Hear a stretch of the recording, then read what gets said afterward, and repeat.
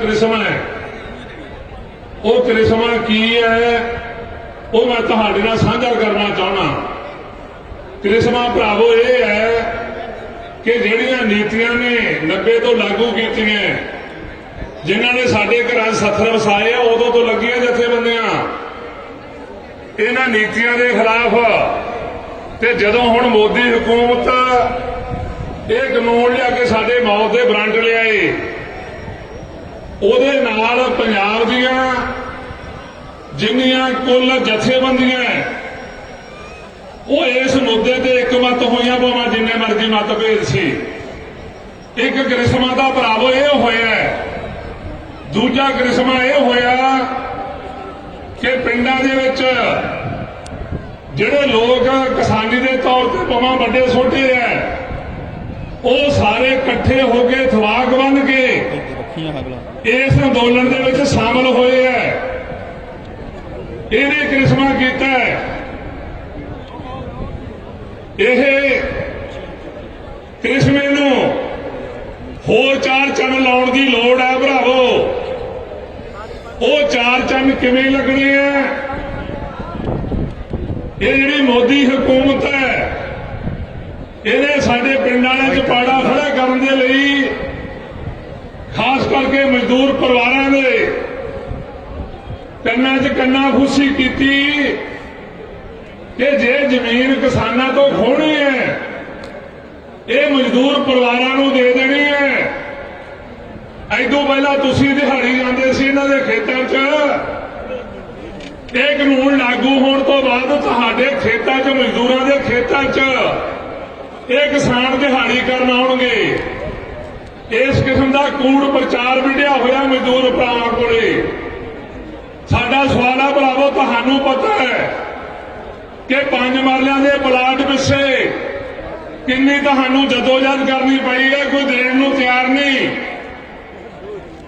ये जिहड़ा अंदोलन है जे किसी नूं लगदा भी इकल्ले किसानां ते असर पाऊगा, नहीं भरावो, जिथे ने किसानां ते असर पाउणा है जे सरकारी खरीद बंद होंदी है जिहदा मतलब जनतक वंड प्रणाली है उहदा भोग पैना है।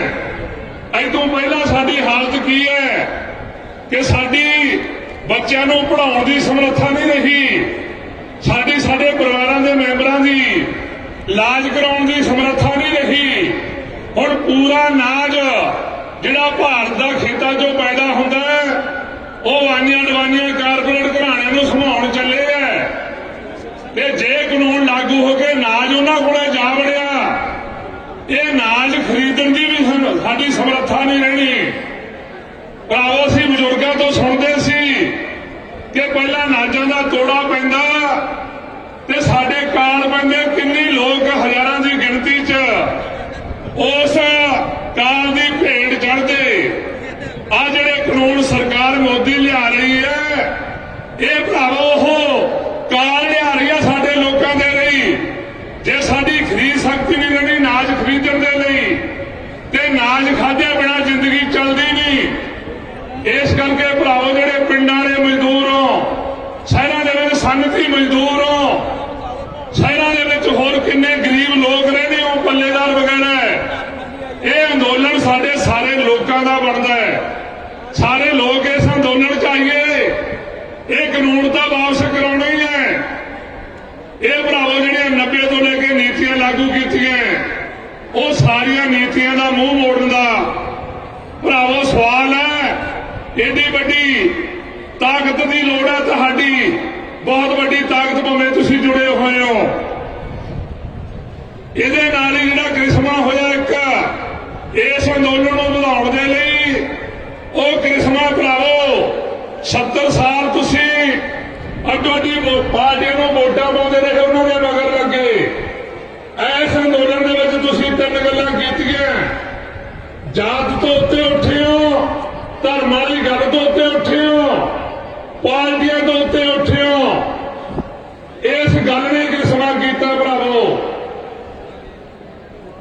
तुहाडे इन्हां गल्लां नूं गाहां नूं करिश्मा जारी रहे।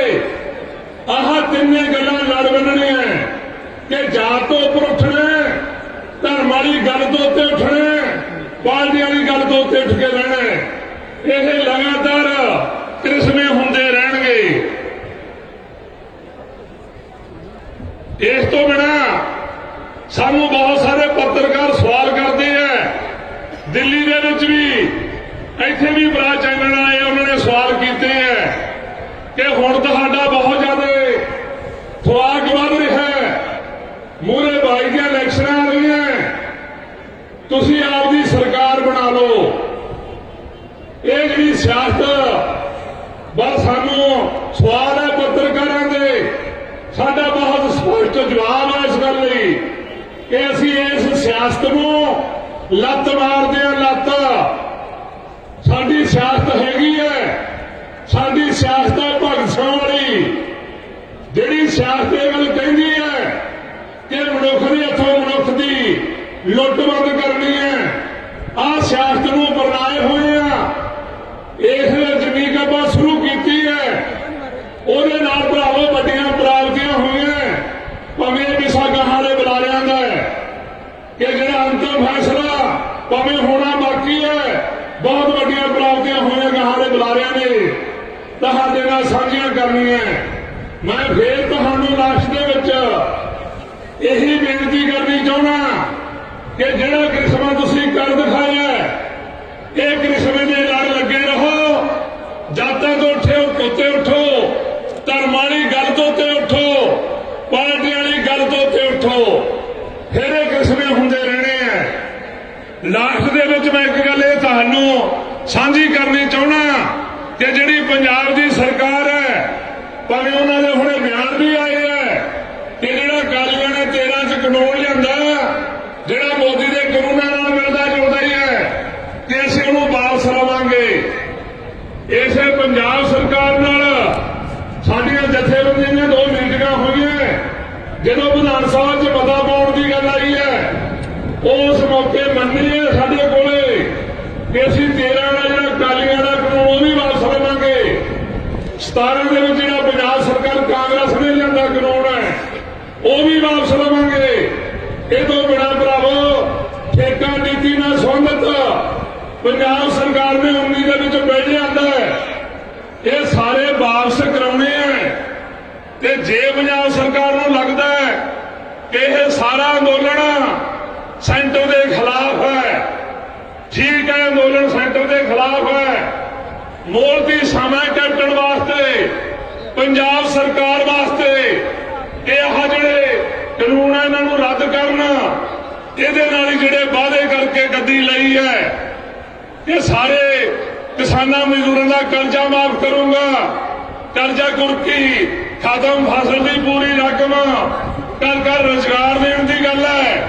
आ जिहड़ा मोदी समा च पूरा कर ले, ते जे आंदोलन बहुत लंबा हुंदा नहीं निपटदा तां भरावो तुहाडा इकट्ठ इस गल का यकीन बनाउंदा साडा कि दिल्ली के खिलाफ भी मोर्चा चलता रहो। जे असीं दिल्ली मोर्चा लाया पंजाब सरकार का कैप्टन का मोती महल बारी दूर नहीं, ये दोनों अंदोलन भी इकट्ठे चलाउण दी अपनी समर्था बनती है। इस करके जिहड़े लोग साडे नाल मानसिक तौर पर जुड़े हुए हैं, आ तुहाडी पंडाल च पहुंचे लोगों की जिम्मेवारी बनती है कि उन्होंने समझा के आपां सरीरक तौर पर इस अंदोलन च लिआउणा है ते ये कोड पूर्ण रूप से जितांगे। तुहाडा सारिआं दा बहुत बहुत धन्नवाद।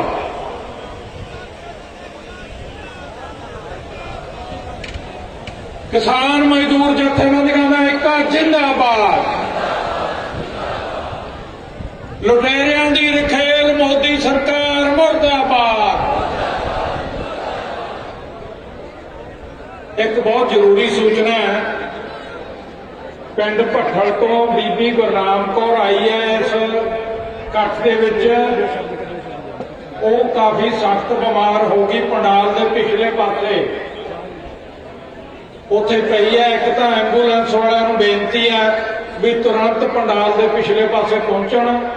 एक उन्हां दे पिंड वालियां नूं, भट्ठल पिंड वालियां नूं बेनती है भी उन्हां कोल पहुंच के जल्दी तो जल्दी देखभाल एंबूलेंस के विच लिजा के ਮੈਡੀਕਲ ਸਹਾਇਤਾ ਦਿਵਾਉਣ। ਇੱਥੇ ਜਿਹੜੇ ਮੈਡੀਕਲ ਕੈਂਪ ਵਾਲੇ ਬੈਠੇ ਤੁਰੰਤ ਮੁੱਢਲੀ ਸਹਾਇਤਾ ਉਹ ਵੀ ਦੇਣ ਉਹਨਾਂ ਨੂੰ। ਦੂਜੀ ਬੇਨਤੀ ਇਹ ਹੈ ਵੀ ਆ ਜਿਹੜੇ ਮੈਂ ਕਹਿੰਦਾ ਸੀ ਵੀ ਖਾਲੀ ਪਏ ਆ ਮੈਟ, ਉਧਰ ਵੀ ਪਏ ਆ। ਜਾਣਕਾਰੀ ਇਹ ਮਿਲੀ ਹੈ ਵੀ ਇੱਥੇ ਕੀੜੇ ਆ ਬਹੁਤ ਜ਼ਿਆਦੇ, ਇਸ ਕਰਕੇ ਇਹਨਾਂ ਥਾਵਾਂ ਤੋਂ ਮੈਟ ਚੱਕ ਦਿਓ ਤਾਂ ਕਿ ਖਾਲੀ ਨਾ। ਚਲੋ ਇੱਧਰੋਂ ਜਾਣਕਾਰੀ ਮਿਲੀ ਆ ਵੀ ਦਵਾਈ ਦਾ ਪ੍ਰਬੰਧ ਕਰ ਰਹੇ ਆ, ਕੁਝ ਮਿੰਟਾਂ 'ਚ ਹੀ ਆ ਜਾਊ, ਪਰ ਦਵਾਈ ਵੀ ਤਾਂ ਹੀ ਛਿੜਕੀ ਜਾਊ ਜੇ ਮੈਟ ਚੱਕਾਂਗੇ।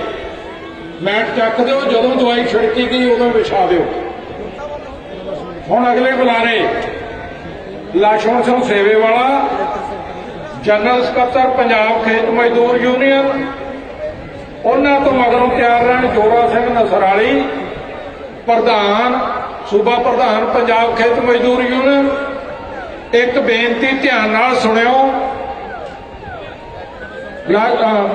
ਜੋਰਾ ਸਿੰਘ ਨਸਰਾਲੀ ਦੇ ਬੋਲਣ ਤੋਂ ਪਹਿਲਾਂ ਜਿੰਨੀਆਂ ਵੀ ਜਥੇਬੰਦੀਆਂ ਹਮਾਇਤ ਦੇ ਵਿੱਚ ਆਈਆਂ ਹੋਈਆਂ, ਬਹੁਤ ਵੱਡੀ ਗਿਣਤੀ ਆਈ ਆ,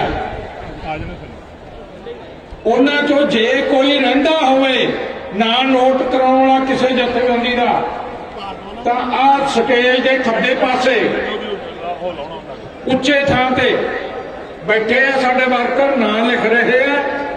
ਉਹਨਾਂ ਕੋਲੇ ਜਿਹੜੀ ਵੀ ਜਥੇਬੰਦੀ ਦੀ ਹਾਜ਼ਰੀ ਰਹਿੰਦੀ ਆ ਉਹ ਹਾਜ਼ਰੀ ਜ਼ਰੂਰ ਲਵਾ ਦੇਵੇ। ਜੋਰਾ ਸਿੰਘ ਨਸਰਾਲੀ ਦੇ ਬੋਲਣ ਤੋਂ ਪਹਿਲਾਂ ਆਓ ਜੀ ਸੇਵੇਵਾਲਾ ਜੀ।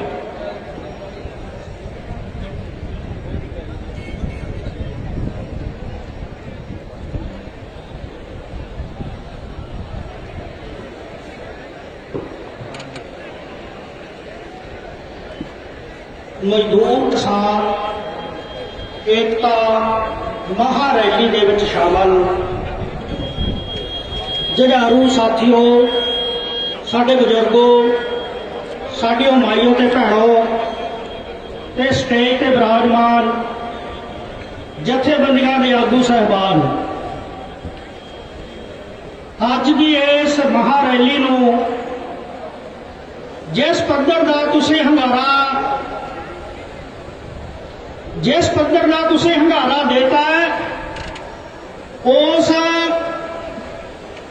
ਹੰਗਾਰੇ ਨੇ ਮੋਦੀ ਸਰਕਾਰ ਦਾ ਹੰਕਾਰ ਪਹਿਲਾਂ ਵੀ ਚਕਨਾਚੂਰ ਕੀਤਾ ਹੈ ਤੇ ਇਸ ਚਕਨਾਚੂਰ ਕਰਨ ਦੀ ਲੜਾਈ ਨੂੰ ਹੋਰ ਤਗੜਾਈ ਦੇਣੀ ਹੈ। ਇਸ ਰੈਲੀ ਦੀਆਂ ਬਹੁਤ ਸਾਰੀਆਂ ਵਿਸ਼ੇਸ਼ਤਾਵਾਂ ਜਿਹਦੇ ਕਰਕੇ ਇਸ ਰੈਲੀ ਨੇ ਇਸ ਚੱਲ ਰਹੇ ਸੰਘਰਸ਼ ਨੂੰ ਬੁਲੰਦੀਆਂ ਤੇ ਲਿਜਾਣ ਦੇ ਵਿੱਚ ਆਪਣਾ ਇੱਕ ਅਹਿਮ ਯੋਗਦਾਨ ਪਾਉਣਾ ਹੈ। ਇਹਦੇ ਵਿੱਚ ਜਿੱਥੇ ਔਰਤਾਂ ਦੀ ਵਿਸ਼ਾਲ ਸ਼ਮੂਲੀਅਤ ਦੀ ਵਿਸ਼ੇਸ਼ਤਾ ਹੀ ਹੈ, ਵੱਡੀ ਗਿਣਤੀ ਦੀ ਵਿਸ਼ੇਸ਼ਤਾ ਹੀ ਹੈ, ਉੱਥੇ ਵੱਖ-ਵੱਖ ਵਰਗਾਂ ਦੀ ਆਈ ਹੋਈ ਸ਼ਮੂਲੀਅਤ, ਆਏ ਹੋਏ ਆਗੂਆਂ ਦੀ ਏਕਤਾ, ਕਿਸਾਨਾਂ ਮਜ਼ਦੂਰਾਂ ਦੀ ਏਕਤਾ ਦਾ ਅੱਗੇ ਵਧਣ ਦੇ ਵਿੱਚ ਵੱਡੀ ਵਿਸ਼ੇਸ਼ਤਾ ਹੀ ਹੈ। ਔਰ ਇਸ ਤੋਂ ਅੱਗੇ ਇਹਦੀ ਵਿਸ਼ੇਸ਼ਤਾ ਇਹ ਹੈ, ਜਿਨ੍ਹਾਂ ਨੂੰ ਸਾਡੇ ਬਾਬੇ ਨੇ ਕਿਹਾ ਕਿ ਰੰਗਰੇਟੇ ਗੁਰੂ ਕੇ ਬੇਟੇ, ਜਿਨ੍ਹਾਂ ਦੇ ਬਾਰੇ ਭਾਵੇਂ ਸਾਡੀਆਂ ਮਜ਼ਦੂਰ ਜਥੇਬੰਦੀਆਂ ਦੀ ਸਪਸ਼ਟ ਪੋਜੀਸ਼ਨ ਹੈ ਕਿ ਇਹ ਖੇਤੀ ਕਾਨੂੰਨ ਜਿੱਥੇ ਕਿਸਾਨਾਂ ਦੇ ਖਿਲਾਫ ਹੈ, ਉੱਥੇ ਖੇਤ ਮਜ਼ਦੂਰਾਂ ਦਾ ਗਲਾ ਉਦੋਂ ਪਹਿਲਾਂ ਘੁੱਟਣ ਵਾਲੇ ਆ। ਤੇ ਸਾਡੀਆਂ ਮਜ਼ਦੂਰ ਜਥੇਬੰਦੀਆਂ ਨੇ ਪੰਜਾਬ ਦੇ ਮੋਰਚਿਆਂ ਦੇ ਵਿੱਚ ਵੀ ਆਪਣੀ ਹਾਜ਼ਰੀ ਲਵਾਈ, ਦਿੱਲੀ ਦੇ ਮੋਰਚਿਆਂ ਦੇ ਵਿੱਚ ਜਾ ਕੇ ਵੀ ਆਪਣੀ ਹਾਜ਼ਰੀ ਭਰੀ ਹੈ। ਪਰ ਅੱਜ ਦੀ ਇਸ ਰੈਲੀ 'ਚ ਤੁਸੀਂ ਬਹੁਤ ਵੱਡੀ ਗਿਣਤੀ 'ਚ ਸਾਡੇ ਇਸ ਮਜ਼ਦੂਰ ਵਰਗ ਦੀ ਹਾਜ਼ਰੀ ਨੂੰ ਦੇਖ ਸਕਦੇ ਹੋ। ਤੇ ਜੋ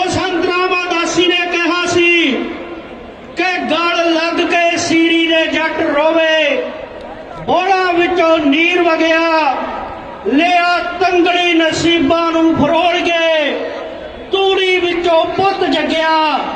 ਇਹ ਕਿਸਾਨਾਂ ਤੇ ਮਜ਼ਦੂਰਾਂ ਦੀ, ਜੱਟ ਤੇ ਸੀਰੀ ਦੀ ਸਾਂਝ ਦਾ ਇੱਕ ਬਹੁਤ ਵੱਡਾ ਪ੍ਰਤੀਕ ਹੈ ਰੈਲੀ। ਕਿਉਂਕਿ ਅਸੀਂ ਖੇਤ ਮਜ਼ਦੂਰ ਜਥੇਬੰਦੀ ਵਾਲੇ ਤੇ ਸਾਡੀਆਂ ਹੋਰ ਭਰਾਤਰੀ ਮਜ਼ਦੂਰ ਜਥੇਬੰਦੀਆਂ ਵਾਲੇ ਸਾਥੀ ਇਹ ਗੱਲ ਬਹੁਤ ਚੰਗੀ ਤਰ੍ਹਾਂ ਜਾਣਦੇ ਆ ਕਿ ਮੋਦੀ ਸਰਕਾਰ ਦੇ ਵੱਲੋਂ ਜਿਹੜੇ ਆ ਕਾਲੇ ਕਾਨੂੰਨ ਲੈ ਕੇ ਆਉਂਦੇ ਆ, ਇਹਨਾਂ ਨੇ ਖੇਤ ਮਜ਼ਦੂਰਾਂ ਦੀ ਹੋਂਦ ਨੂੰ ਖਤਮ ਕਰਨਾ ਹੈ। ਜਿੱਥੇ ਕਿਸਾਨਾਂ ਦੇ ਵਾਸਤੇ ਮੌਤ ਦੇ ਵਾਰੰਟ ਆ ਇਹ ਕਾਨੂੰਨ, ਉੱਥੇ ਮਜ਼ਦੂਰਾਂ ਦੀ ਹੋਂਦ ਦੇ ਵਾਸਤੇ ਵੀ ਖਤਰੇ ਦੀ ਘੰਟੀ ਹੈ। ਤੇ ਜਿਹੜੇ ਲੋਕ ਕੁਝ ਬਕਵਾਸ ਕਰਦੇ ਆ, ਪ੍ਰਚਾਰਿਆ ਜਾਂਦਾ ਕਿ ਮਜ਼ਦੂਰਾਂ ਤੇ ਇਹਦਾ ਅਸਰ ਨਹੀਂ ਹੋਣਾ। ਅਸੀਂ ਜਦੋਂ ਪਿੰਡਾਂ ਦੇ ਵਿੱਚ ਗਏ ਆ ਤਾਂ ਭਾਜਪਾ ਵਾਲਿਆਂ ਦੇ ਪ੍ਰਚਾਰ ਦਾ ਇਹ ਸਿੱਟਾ ਸੀ ਕਿ ਮਜ਼ਦੂਰਾਂ ਦੇ ਵੀ ਇੱਕ ਹਿੱਸੇ ਨੂੰ ਲੱਗਣ ਲੱਗਾ ਕਿ ਸਾਡਾ ਇਹਦੇ ਨਾਲ ਸੰਬੰਧ ਨਹੀਂ। ਪਰ ਸਾਡੀਆਂ ਜਥੇਬੰਦੀ ਵੱਲੋਂ, ਵਿਸ਼ੇਸ਼ ਕਰਕੇ ਪੰਜਾਬ ਖੇਤ ਮਜ਼ਦੂਰ ਯੂਨੀਅਨ ਵੱਲੋਂ ਅਸੀਂ ਘਰ ਘਰ ਗਏ ਆ, ਨੁੱਕੜ ਮੀਟਿੰਗਾਂ ਕੀਤੀਆਂ ਔਰ ਮਜ਼ਦੂਰਾਂ ਨੂੰ ਦੱਸਿਆ ਕਿ ਇਹ ਆਪਣੇ ਤੇ ਪਹਿਲਾ ਹਮਲਾ ਹੈ। ਹਜੇ ਭਰਾਵੋ ਜਦੋਂ ਇਹ ਗੱਲ ਆਉਂਦੀ ਹੈ ਕਿ ਕਿਸਾਨਾਂ ਦੀਆਂ ਜ਼ਮੀਨਾਂ ਖੁੱਸਣਗੀਆਂ ਇਸ ਕਾਨੂੰਨ ਦੇ ਤਹਿਤ, ਤਾਂ ਅਸੀਂ ਇਹ ਗੱਲ ਦਾਅਵੇ ਨਾਲ ਕਹਿ ਸਕਦੇ ਹਾਂ ਕਿ ਕਿਸਾਨਾਂ ਦੀ ਜ਼ਮੀਨ ਦੀ ਵਾਰੀ ਤਾਂ ਬਾਅਦ ਚ ਆਉਣੀ ਆ। ਭਰਾਵੋ ਮਜ਼ਦੂਰ ਵੀਰੋ, ਆਪਾਂ ਜਿਹੜੀ ਪੰਚਾਇਤੀ ਜ਼ਮੀਨ ਦੇ ਵਿੱਚੋਂ ਤੀਜਾ ਹਿੱਸਾ ਪੰਚਾਇਤੀ ਜ਼ਮੀਨ ਠੇਕੇ ਤੇ ਲੈਣ ਦੀ ਲੜਾਈ ਲੜਦੇ ਆ, ਉਹ ਜਿਹੜੀ ਜ਼ਮੀਨ ਦੇ ਵਿੱਚੋਂ ਅਸੀਂ 5-5 ਮਰਲਿਆਂ ਦੇ ਪਲਾਟਾਂ ਦੀ ਮੰਗ ਕਰਦੇ ਆ, ਉਹ ਜ਼ਮੀਨ ਸਭ ਤੋਂ ਪਹਿਲਾਂ ਇਹ ਅਡਾਨੀਆਂ ਬਾਨੀਆਂ ਤੇ ਵਾਲਮਾਰਟ ਵਰਗੀਆਂ ਕੰਪਨੀਆਂ ਦੇ ਵੱਲੋਂ ਹੜੱਪੀ ਜਾਣੀ ਹੈ। ਇਹਨਾਂ ਕਾਨੂੰਨਾਂ ਦੇ ਨਾਲ ਸਾਡੇ ਮਜ਼ਦੂਰਾਂ ਦੀਆਂ ਮੰਗਾਂ ਨੂੰ ਖਤਮ ਕੀਤਾ ਜਾ ਰਿਹਾ ਹੈ।